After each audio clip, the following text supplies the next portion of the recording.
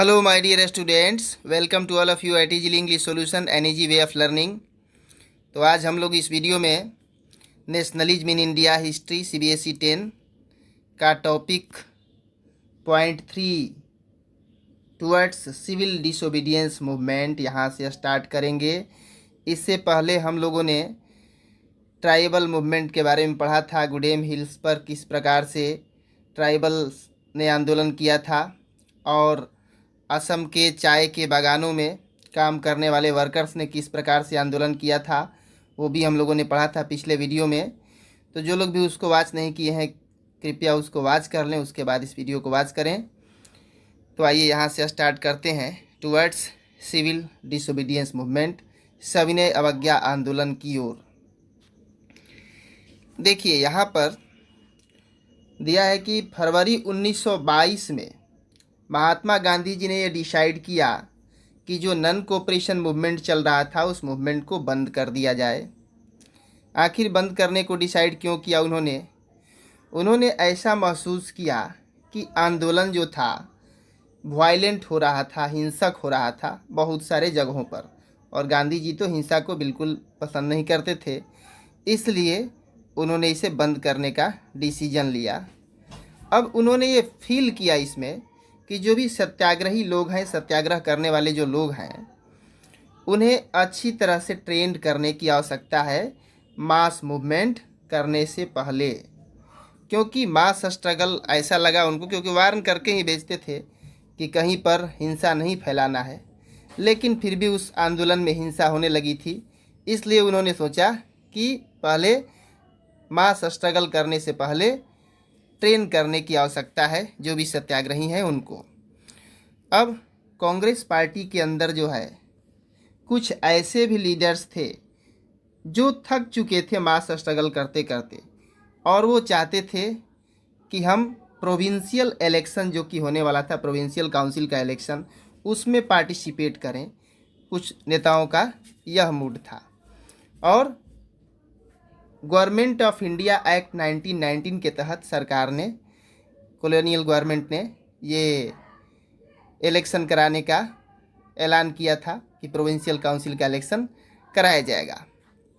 वास्तव में ये जो लीडर्स थे, they felt that it was important to oppose British policies within the council. तो कांग्रेस के वो लीडर जो काउंसिल इलेक्शन को फाइट करना चाहते थे, उनका ये था माइंड में कि सबसे अच्छा ये तरीका होगा, बहुत इम्पोर्टेंट रहेगा कि हम काउंसिल इलेक्शन के माध्यम से चुन करके जाएंगे और वहीं पर काउंसिल के अंदर ही हम बाइकाट करेंगे ब्रिटिश के पॉलिसीज़ को, या अपने लायक पॉलिसी लाने के लिए प्रयास करेंगे। क्योंकि काउंसिल यानी आज का जो संसद भवन है ठीक उसी टाइप का था, और वहीं पर डिसीजन मेकिंग होता था, वहीं पर सब कुछ डिसाइड होता था गवर्नमेंट का पॉलिसी। लेकिन इतना आसान नहीं था, वो अंग्रेज तो इसे मानने वाले थे नहीं। Argue for reform and also demonstrate that these councils वे आर नॉट ट्रूली डेमोक्रेटिक। उन लोगों का ये भी मूड में था कि हम लोग बहस करेंगे और सुधार का डिमांड करेंगे, और ये भी सिद्ध करेंगे कि यह जो काउंसिल है डेमोक्रेटिक नहीं है। डेमोक्रेटिक तो भाई उनका गवर्नमेंट ही नहीं था। देखिए, तो दो लीडर CR दास यानी चितरंजन दास और मोतीलाल नेहरू जी, ये दोनों व्यक्ति जो हैं स्वराज पार्टी फॉर्म कर दिए कांग्रेस में से ही टूट करके, और कांग्रेस से अलग एक पार्टी बना लिए स्वराज पार्टी। और within the Congress to argue for a return to council politics. उनका ये पार्टी फॉर्म करने का रीज़न क्या था, उद्देश्य क्या था, कि ये चाहते थे स्वराज, ये चाहते थे कि हम काउंसिल पॉलिटिक्स करें, यानी काउंसिल का इलेक्शन लड़ने के लिए अपना काम करें। तो इसलिए, और कांग्रेस में तो अपोज हो रहा था, कांग्रेस में काउंसिल इलेक्शन का भी बहिष्कार हो रहा था, वहाँ तो सिविल डिसोबीडियंस का तैयारी चल रहा था। तो ये लोग अपना अलग पार्टी फॉर्म किए। अब जो यंगर लीडर थे जैसे कि Jawaharlal Nehru, Subhash Chandra Bose, pressed for more radical mass agitation for full independence, ये लोग इस बात पर दबाव दे रहे थे कि रेडिकल मास एजिटेशन होना चाहिए, बिल्कुल उग्र आंदोलन होना चाहिए, मारपीट वाला आंदोलन हो, ताकि पूर्ण स्वराज को प्राप्त किया जा सके, फुल इंडिपेंडेंस गेन किया जा सके। तो इस बात पर वे लोग अडिग थे, जो युवा लीडर्स थे। In such a situation of internal debate and dissension, two factors again shaped Indian politics toward the late 1920। देखिए, तो इस तरह का जो परिस्थिति था कांग्रेस के अंदर ही, बिल्कुल उथल पुथल, बिल्कुल दो टाइप का विचार आ रहा था। तो अब दो ऐसे फैक्टर्स निकल कर आते हैं जो भारतीय राजनीति को अलग अलग मोड़ देते हैं 1920 के दरमियान।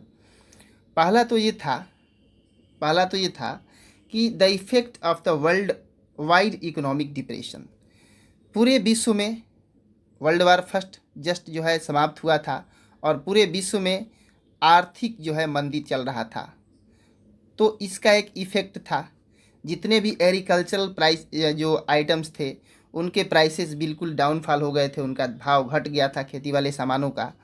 तो किसान इसी प्रोडक्ट के आमदनी पर डिपेंड थे।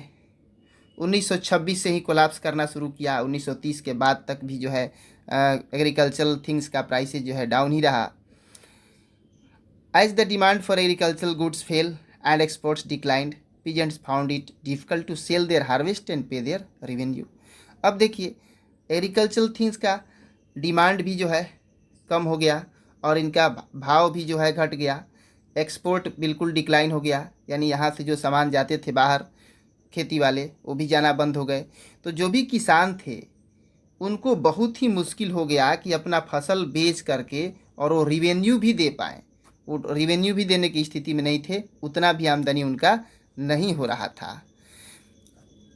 By 1930 the country side was in turmoil. 1930 आते आते पूरे के पूरे देहाती क्षेत्रों में उथल पुथल मच गई। Again this background, the new Tory government in Britain constituted a statutory commission under Sir John Simon. देखिए, तो इस तरह अब क्या था कि इंग्लैंड में एक दूसरी नई सरकार बनी थी और उस सरकार ने क्या किया कि सर जॉन साइमन एक थे, उनके नेतृत्व में एक संवैधानिक आयोग का गठन किया। एक ऐसा आयोग बनाया जो कि संवैधानिक कानूनों का समीक्षा करेगा, देखभाल करेगा और उसमें कोई मॉडिफिकेशन का गुंजाइश होगा तो सजेस्ट करेगा। तो इस कमेटी के हेड थे सर जॉन साइमन। और भारत में जो नेशनलिस्ट मूवमेंट हो रहा था, राष्ट्रवादी आंदोलन हो रहा था, इसी को ध्यान में रखते हुए कि राष्ट्रवादी आंदोलन आखिर यहाँ पर बार बार मूवमेंट क्यों हो रहा है, क्यों यहाँ पर उथल पुथल मचा हुआ है, तो उस आयोग को यहीं भेजने की तैयारी थी।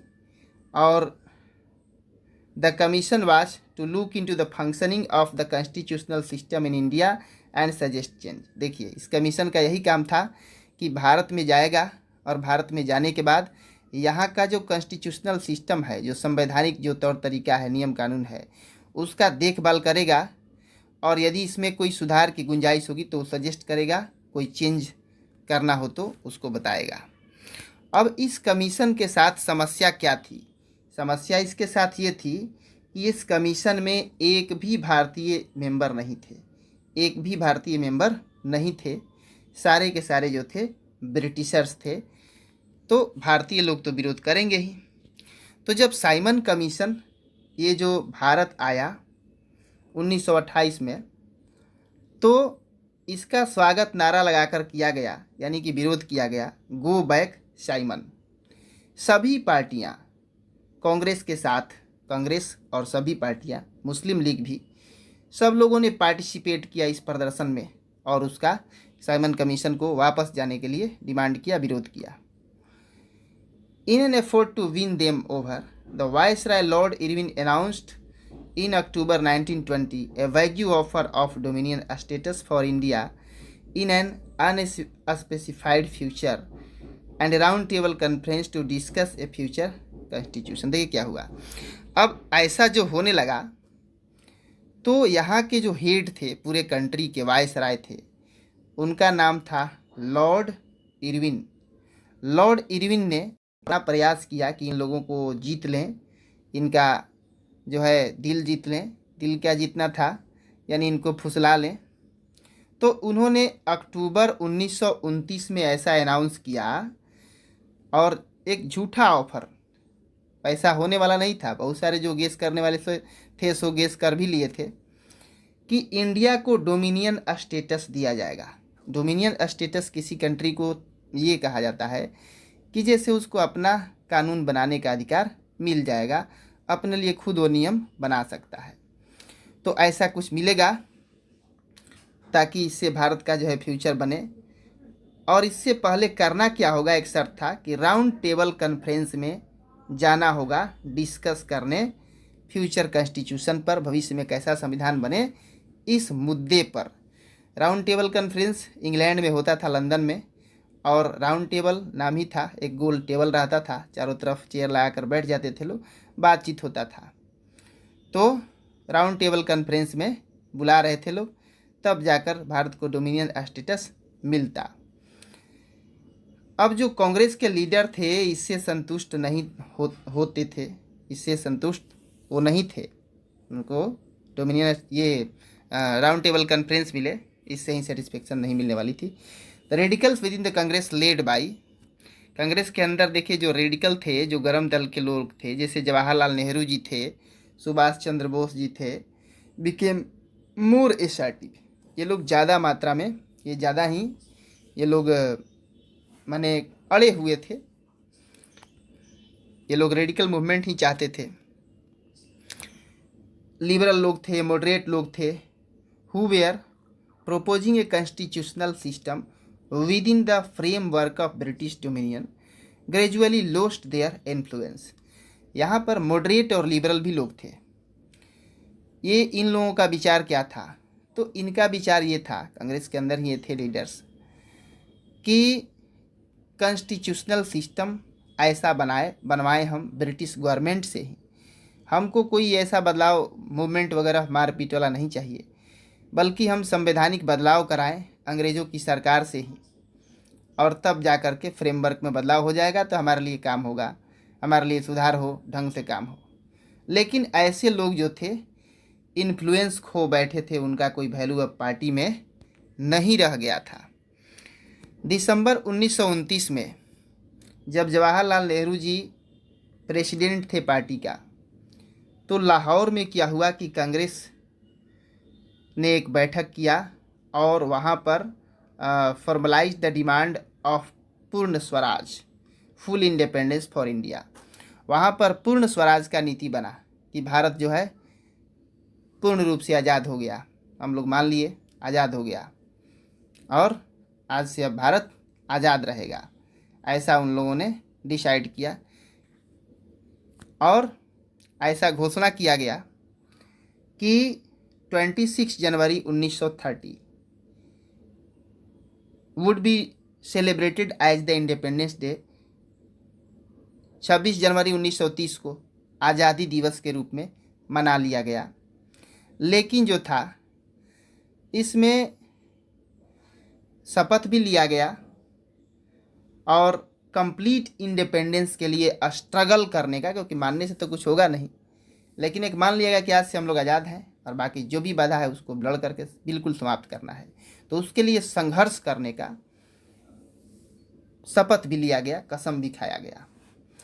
और लेकिन यह जो सेलिब्रेशन हुआ 26 जनवरी 1930 को, कसम खा लिया गया, पूर्ण आज़ाद मान लिया गया अपने आप को लाहौर सेशन में कांग्रेस का, इसके तरफ ध्यान बहुत ही कम लोगों का अट्रैक्ट हुआ था, ज़्यादा लोग इसमें पार्टिसिपेट नहीं किए थे। इसलिए गांधी जी अब देखिए यहाँ से एक नया पॉलिसी फॉर्म करेंगे। गांधी जी जो थे, गांधी जी ने सोचा कि हम ऐसा कुछ अब आइडिया निकालें, आखिर लोगों का ध्यान भाई आंदोलन की तरफ क्यों नहीं आ रहा है, कि ज़्यादा से ज़्यादा लोगों को हम रिलेट करें। यह जो अब्स्ट्रैक्ट आइडिया है फ्रीडम का, बिल्कुल अमूर्त जो तरीका है जो दिखाई नहीं दे रहा है, तो ज़्यादा से ज़्यादा लोग हमारे आज़ादी के आंदोलन से जुड़ें, ऐसा हम क्या तरीका लगाएं। सोच रहे थे कि आंदोलन को एवरीडे लाइफ के जो इश्यूज हैं, दिन प्रतिदिन के जो काम आने वाले मुद्दे हैं लोगों के, यदि उन मुद्दों से हम आंदोलन को जोड़ देंगे तो ज़्यादा से ज़्यादा लोग शायद इसमें भाग लेंगे। गांधी जी ने यह डिसाइड किया, तो आगे का पॉलिसी जो है उसी के अनुसार बनाए ताकि ज़्यादा लोग भाग लें। तब जितना ही ज़्यादा लोग पार्टिसिपेट करेंगे जो मूवमेंट है उतना ही प्रभावशाली बनेगा। तो देखिए यहाँ से 3.1 the salt march and the civil disobedience movement. अब देखिए गांधी जी का आगे का नीति क्या है। महात्मा गांधी ने यह पाया कि जो साल्ट है, जो नमक है, बहुत ही पावरफुल सिंबल है। लोगों को यह यूनाइट कर सकता था, पूरे देश को यूनाइट कर सकता था, क्योंकि नमक का तो ज़रूरत सबको था। जनवरी 31, 1930 को उन्होंने एक पत्र लिखा वायसराय इरविन को, और उस पत्र में उन्होंने 11 डिमांड किया, 11 ठो मांग किए Gandhi ji. Some of these were of general interests, इनमें से कुछ सामान्य मुद्दे थे और कुछ जो थे स्पेशल डिमांड थे, जो डिफरेंट क्लासेस से कंसर्न थे। समाज में जितने तरह के लोग थे सभी वर्गों से संबंधित थे, यहाँ तक कि उद्योगपति से लेकर के छोटे किसान तक का मुद्दा उसमें शामिल था, ताकि ज़्यादा से ज़्यादा लोग जो है एकजुट हों, ज़्यादा से ज़्यादा लोग को फ़ायदा वाला डिमांड करेंगे तो ज़्यादा लोग समर्थन में आएंगे। उनका ये आइडिया था, यानी वाइड रेंजिंग डिमांड बनाना उनका आइडिया ही था, ताकि सभी क्लास के लोग जो है इंडियन सोसाइटी में रहने वाले identify with them and everyone could be brought together in United campaign. सभी को इससे एक पहचान मिले, सबको लगे कि भाई हमारा भी हित का डिमांड किया है कांग्रेस पार्टी ने, और सभी लोग एक साथ एकजुट होकर के इस अभियान में हिस्सा ले, शामिल हों। लेकिन सबसे इसमें जो स्टीरिंग डिमांड था, बिल्कुल जो है लोगों को मूव करने वाला जो डिमांड था, वह था to abolish the salt tax. नमक पर कर लगाते थे अंग्रेज, टैक्स था, तो इस टैक्स को समाप्त करने का जो डिमांड था, यह सबसे ही आकर्षक डिमांड था। इस पर ज़्यादा लोग शामिल हो सकते थे, क्योंकि नमक जो था something consumed by rich and poor iliac. नमक का तो सबको ज़रूरत था और आज भी है, चाहे धनी हो गरीब हो, सबको एक बराबर ही, एक मात्रा में ही आवश्यकता है। इसलिए भोजन का यह सबसे महत्वपूर्ण आइटम था, और नमक पर टैक्स लगना यानी गवर्नमेंट का जो मोनोपोली था इसके प्रोडक्शन पर, महात्मा गांधी जी ने यह दिखाने का प्रयास किया कि ब्रिटिश सरकार का ये सबसे दमनकारी चेहरा दिखाने का प्रयास किया नमक वाले इशू को उठा करके, कि यह सरकार कितना निर्दयी है, कितना ओप्रेसिव है, कि बताइए नमक के उत्पादन पर भी टैक्स लगाती है। तो एक तरह से जलील करने का प्रयास किया अंग्रेजी सरकार को गांधी जी ने इस इशू को उठा करके। महात्मा गांधी का ये जो पत्र था, एक प्रकार से यह अंतिम चेतावनी थी, अल्टीमेटम थी। यदि यह डिमांड फुलफिल नहीं होता 11 मार्च तक, the letter stated the Congress would launch a civil disobedience campaign. पत्र में साफ साफ लिखा हुआ था कि यह अंतिम चेतावनी है, 11 मार्च तक हमारी ये 11 मांगें पूरी नहीं की गई तो हम कांग्रेस पार्टी सविनय अवज्ञा आंदोलन करेंगे इसके खिलाफ में।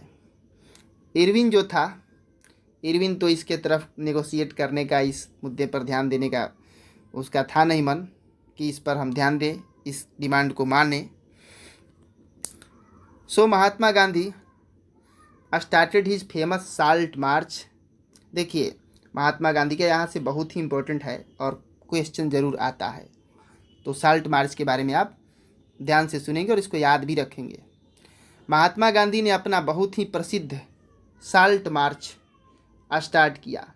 सबसे पहले 78 लोग उनके साथ थे, उनके जो विश्वासी जो लोग थे वो 78 विश्वासी लोग उनके साथ थे, और यह जो मार्च था करीब 240 मीलों का यात्रा तय करना था। इसमें गांधी जी ने इस यात्रा को अपने आश्रम साबरमती आश्रम से शुरू किए और गुजरात का एक तटीय टाउन है दांडी, वहाँ तक का यात्रा करना था, और 24 दिनों तक ये लोग चलते गए और 10 मील प्रत्येक दिन चलते थे। हजारों मात्रा में जहाँ भी लोग गांधी जी दिन भर चलते थे 10 मील चलने के बाद रुक जाते थे। तो जहाँ भी हाल्ट करते थे हजारों मात्रा में लोग उनका बात सुनने के लिए आते थे, जहाँ भी रुकते थे वहाँ, और लोगों को बताते थे कि स्वराज का मतलब क्या है, and argue them to peacefully defy the British.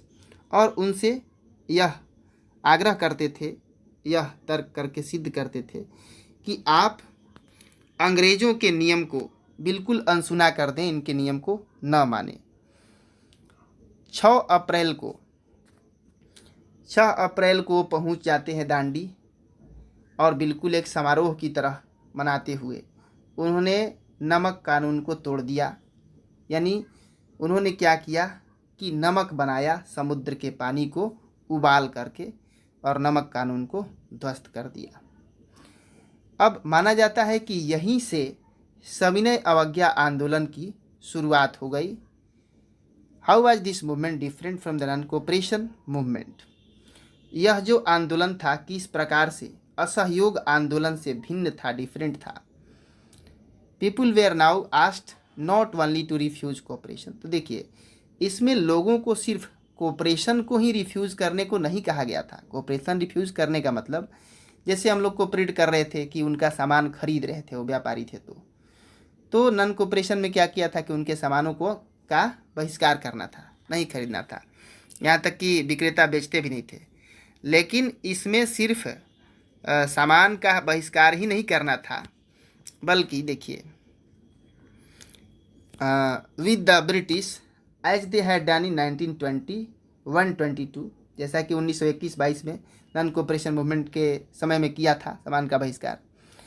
But also to break colonial law, बल्कि इसमें जो अंग्रेज़ों के नियम कानून था उन कानूनों को भी तोड़ना था।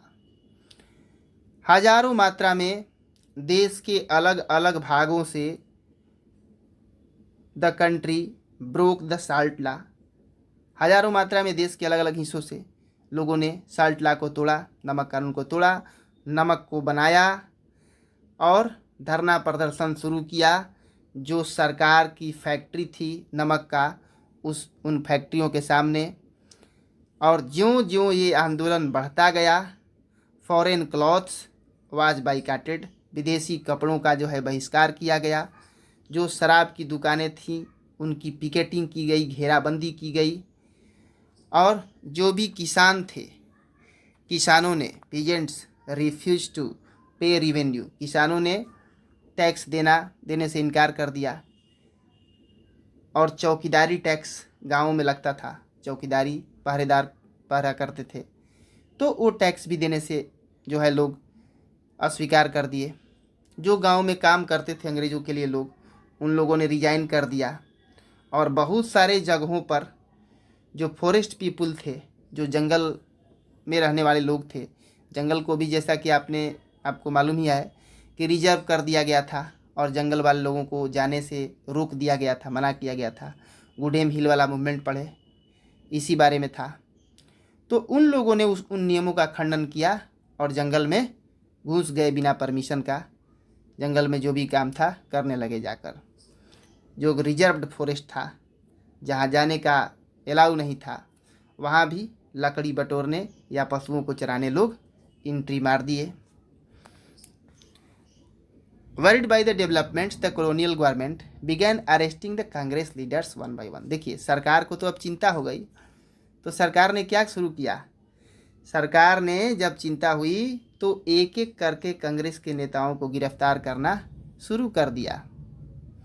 और जब ऐसा करना शुरू किया सरकार ने, तो बिल्कुल ही वायलेंट क्लैश शुरू हो गया, बिल्कुल हिंसक टकराव शुरू हुआ पुलिस में और लोगों में बहुत सारे जगहों पर। अब जब अब्दुल गफ़ार खान को अरेस्ट किया जाने लगा, गांधी जी के बहुत ही समर्पित शिष्य थे, तो क्या हुआ, उनका अरेस्टिंग अप्रैल 1930 में हुआ। लोगों की नाराज भीड़, लोग बहुत नाराज थे और प्रदर्शन करने लगी जनता पेशावर के गलियों में। पेशावर जो कि पाकिस्तान का एक शहर है आज, यहाँ तक कि पुलिस जो है फायरिंग कर रही थी, और पुलिस गाड़ी पर से फायरिंग कर रही थी, लेकिन फिर भी लोग हट नहीं रहे थे। फिर भी धरना प्रदर्शन कर रहे थे। तो बहुत सारे लोग मारे गए, लेकिन फिर भी हटे नहीं। ए मंथ लेटर, 1 महीने के बाद, जब महात्मा गांधी को भी अरेस्ट कर लिया गया, तब क्या हुआ कि इंडस्ट्रियल वर्कर्स जो थे, फैक्ट्रियों में काम करने वाले जो वर्कर थे सोलापुर में, उन लोगों ने अटैक कर दिया पुलिस चौकियों पर, म्युनिसिपल बिल्डिंग्स पर, कोर्ट कचहरी पर, रेलवे स्टेशन पर। जितने भी स्ट्रक्चर थे जो सरकारी, ब्रिटिश सरकार के प्रतीक थे, सरकारी जो भी बिल्डिंग्स थे, सब पर हमला किया उन लोगों ने। गांधी जी को अरेस्ट किया कर लिया गया था। इसलिए सरकार तो अब भयभीत हो गई, बिल्कुल भयभीत। सरकार अपना ब्रूटल रिप्रेशन का पॉलिसी शुरू कर दी, उग्र तरीके से दबाने का पॉलिसी शुरू कर दी, क्योंकि जाहिर सी बात है भाई, लोकतांत्रिक सरकार तो है नहीं, किसी प्रकार उसको कोई रिस्पॉन्सिबिलिटी नहीं, कितने लोगों को मार देगा। शांतिपूर्ण सत्याग्रही जो थे अटैक किए गए, महिलाओं को, बच्चों को मारा गया और करीब 1 लाख लोगों को अरेस्ट कर लिया गया। तो इस प्रकार की स्थिति में गांधी जी ने एक बार फिर से सोचा कि इस आंदोलन को बंद कर दिया जाए, and entered into a pact with Irwin on 5 मार्च 1931, और आंदोलन को बंद ही कर दिए और 5 मार्च 1931 को इरविन के साथ समझौता कर लिए। इसी को गांधी इरविन पैक्ट के नाम से जाना जाता है। और यह क्वेश्चन पूछता है कभी short, very short answer type या ऑब्जेक्टिव या शॉर्ट आंसर टाइप, जैसे भी। तो गांधी इरविन पैक्ट यहाँ पर हो गया 5 मार्च 1931 को। Gandhi ji consented to participate in a round table conference. Gandhi ji इस पैक्ट के तहत एग्री हो गए कि हम राउंड टेबल कॉन्फ्रेंस में भाग लेंगे। यानी यही गांधी इरविन पैक्ट का मैटर था। पूछा जाए कि गांधी इरविन पैक्ट को आप इस पर शॉर्ट नोट लिखिए, तो यही कि गांधी जी ने इरविन के साथ समझौता किया, और समझौता कब किया? तो 5 मार्च 1931 को, और इसके तहत Gandhi ji round table conference में भाग लेने को एग्री हो गए। राउंड टेबल कॉन्फ्रेंस जो कि लंदन में होता था। Government agree to release the political prisoners. समझौता में ये हुआ था कि आप भाग लीजिएगा राउंड टेबल कॉन्फ्रेंस में, और सरकार जितने भी पॉलिटिकल प्रिजनर्स को अरेस्ट किया है 1 लाख को, सबको छोड़ देगी। दिसंबर 1931 में गांधी जी गए लंदन में कॉन्फ्रेंस में भाग लेने, लेकिन उनकी जो आशाएं थी टूट गई। बिल्कुल वहाँ से उन्हें निराश लौटना पड़ा। डोमिनियन स्टेटस देने की बात हुई थी, आपको याद होगा, पीछे हमने अभी बताया, लेकिन ऐसा कुछ नहीं हुआ। रेडिकल जो थे वो तो पहले ही जान रहे थे कि ऐसा होने वाला नहीं है, उनको निराश लौटना पड़ा। और क्या हुआ, जब गांधी जी वापस लौटे भारत में, तो उन्होंने यहाँ पर पाया कि ये जो सरकार है एक नया ही दमन का जो है चक्र चालू कर दिया है, दबाने का फार्मूला लगा दिया है। गफ्फार खान और जवाहरलाल नेहरू जो कि राइट एंड लेफ्ट हैंड थे गांधी जी के, ये दोनों लोग गिरफ्तार हो गए थे और खुद ये दोनों लोग जेल में थे। और कांग्रेस जो पार्टी थी, इसको इलीगल पार्टी घोषित कर दिया गया था कि गैर कानूनी पार्टी है। And a series of measures had been imposed to prevent meeting, demonstration and boycotts. और बहुत सारे ऐसे पैमाना लगा दिए गए थे, ऐसे नियम कानून लगा दिए गए थे जिनके तहत मीटिंग करना, धरना प्रदर्शन करना, विरोध करना, इन चीज़ों को गैर कानूनी घोषित कर दिया गया था। बहुत ही दबाव के बीच गांधी जी ने फिर से सिविल डिसोबीडियंस मूवमेंट को लॉन्च किया, शुरू किया। लेकिन करीब 1 वर्षों तक ये आंदोलन चला, और उसके बाद इस आंदोलन ने अपना गति खो दिया, और 1934 तक ये फिर आंदोलन बंद हो जाता है। तो अब यहाँ से आगे हम लोग 3.2 से हाउ पार्टिसिपेंट सा द मूवमेंट हम लोग कंटिन्यू करेंगे नेक्स्ट वीडियो में। तब तक के लिए बहुत बहुत धन्यवाद। देखते रहिए इजीली इंग्लिश सॉल्यूशन।